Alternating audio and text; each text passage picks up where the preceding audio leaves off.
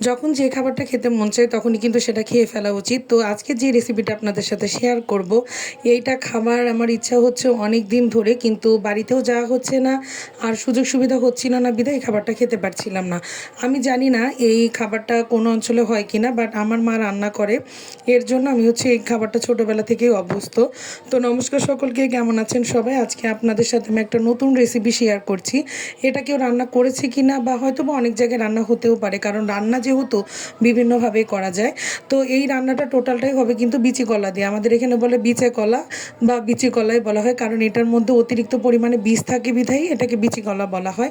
তো এটা হচ্ছে কাঁচা অবস্থায় নিতে হবে। মণিপিসির বাড়িতে এইবার গিয়ে আমরা হচ্ছে আমাদের যে জমিটা ওখানে আছে ওইখান থেকে হচ্ছে এই কলাটা কেটে দিয়েছিল ভাই, কারণ আমি অনেক দিন যাবত এই বিচি কলার ডালনাটা খেতে চাচ্ছিলাম। একবার খেয়েছিলাম হচ্ছে আমাদের গ্রামে থাকতে তখন, আর ঢাকায় এসে অনেক ছোট থাকতে খাওয়া হয়েছে।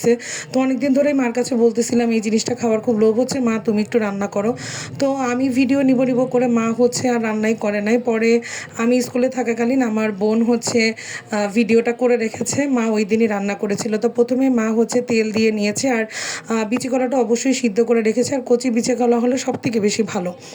এর মধ্যে দিয়েছে শুকনো পাতা, শুকনো মরিচ, তেজপাতা আর হচ্ছে জিরা। সোমবারে দেওয়ার পরে মা হচ্ছে পেঁয়াজ আর রসুন দিয়ে দিয়েছে আর কাঁচামরিচ, যাতে ঝালটা কাঁচামরিচের ঝাল বেশি হয়। ভালো মতো এটা কষিয়ে নেওয়ার পরে মা এখানে হলুদ, লবণ, তারপরে হচ্ছে চিনি, ধনিয়া গুঁড়া, জিরা গুঁড়া, তারপরে হচ্ছে মরিচের গুঁড়া সব কিছু দিয়ে ভালো মতো হচ্ছে তেল ওঠা পর্যন্ত মা মশলাটাকে আগে ভালো মতো কষিয়ে নিয়েছে। আর এইটা রেসিপিতে কিন্তু হচ্ছে মানে যত মশলাটা কষানো হবে তত কিন্তু এটার টেস্ট হচ্ছে বাড়তে থাকবে।